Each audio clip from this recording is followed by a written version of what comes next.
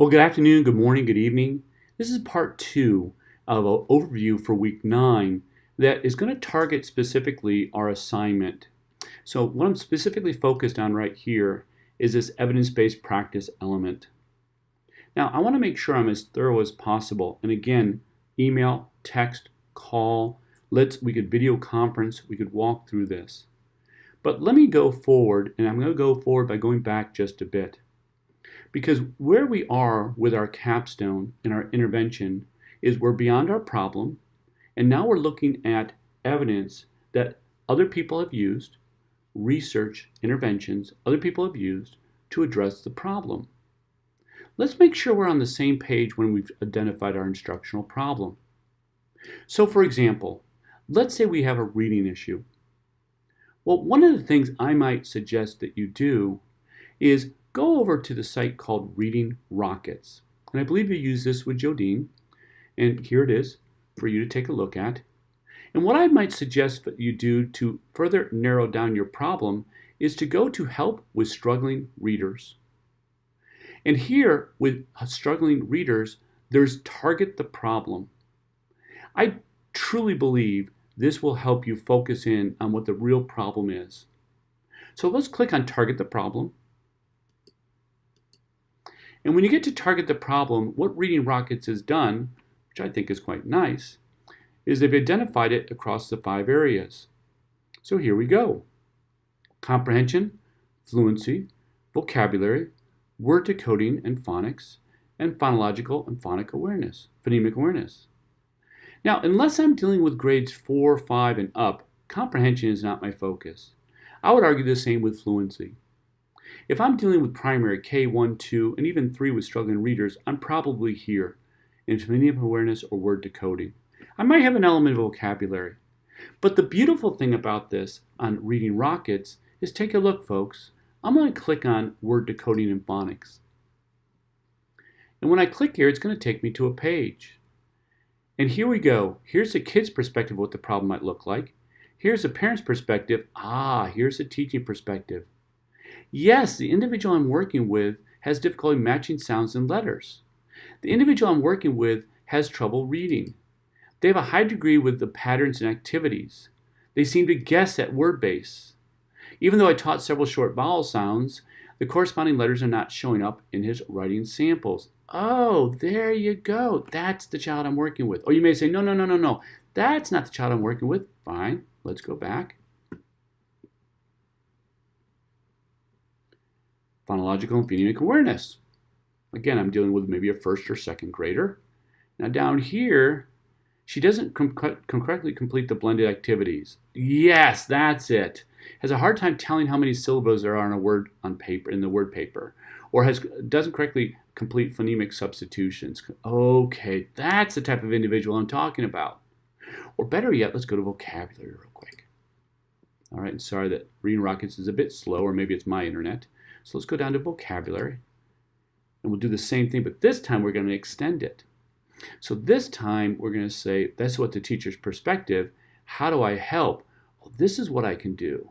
Okay, so these are interventions that teachers can do to help in schools. And by the way, these interventions aren't like going down the street, or down the hall, I should say, to my nearest peer and asking them, what do they do?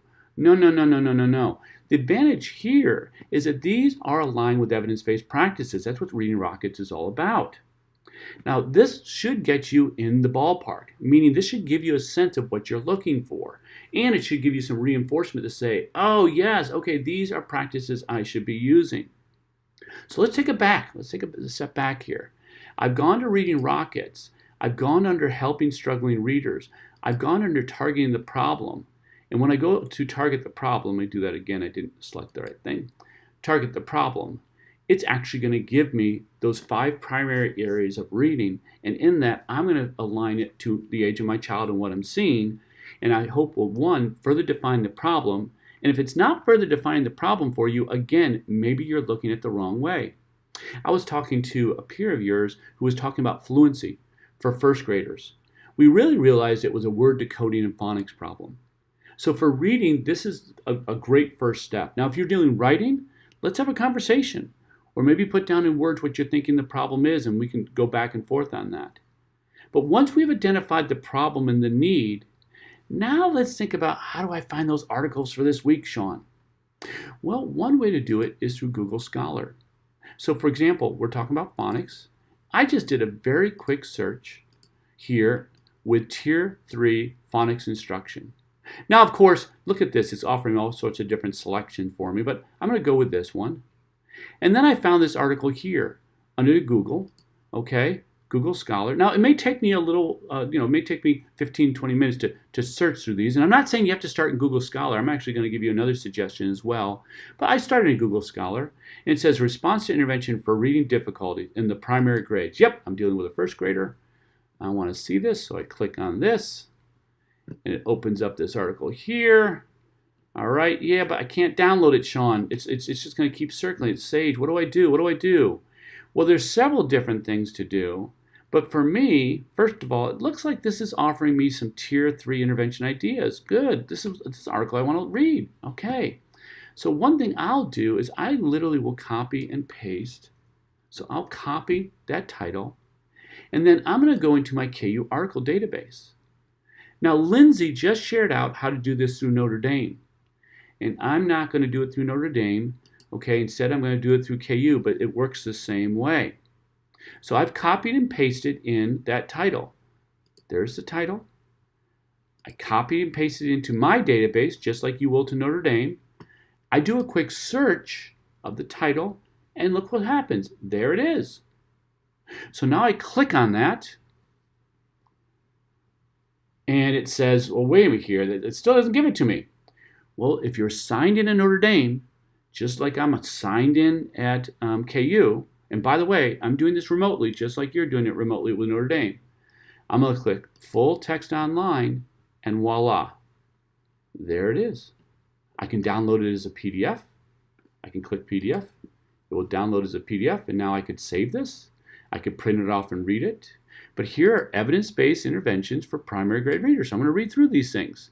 Oh, look at this. And then it says a study by Mathis. There's my study. Sean, what do I do? Well, first of all, let's make this a little bit larger. Okay. So now this in and of itself may be the article I need. Okay. Denton may be the one I reference, and it may be a study. Now, I don't think this is a study. I think this is an overview, which is fine for me because what she's done is she has found, it's still highlighted.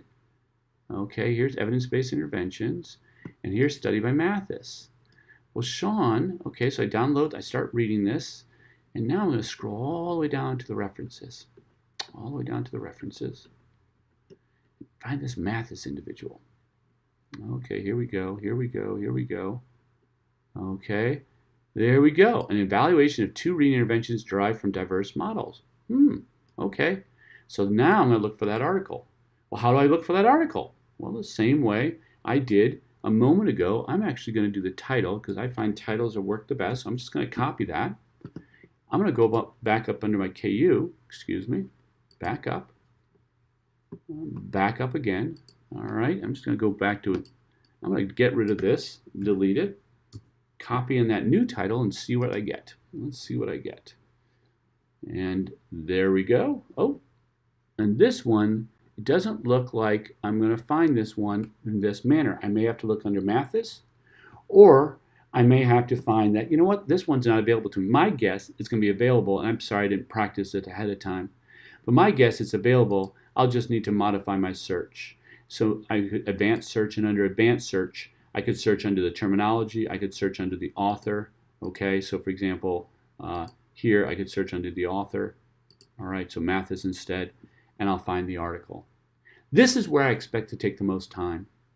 But again, if I've targeted the problem, if I've understood what I'm looking for, I then go up potentially up under Google Scholar to find some of these articles. I then go to Notre Dame to find the article. Now, maybe I've taken an hour to do some of this work. You know, we've been at this for, 10 minutes. So maybe I take an hour to go through some of this, maybe 90 minutes to go through some of this. But I believe, honestly, you can find those 3 articles within those 90 minutes. And then reading them, breaking them apart, may take another 90 minutes max. I'm being very conservative here. And so let's say 3 hours to complete that assignment.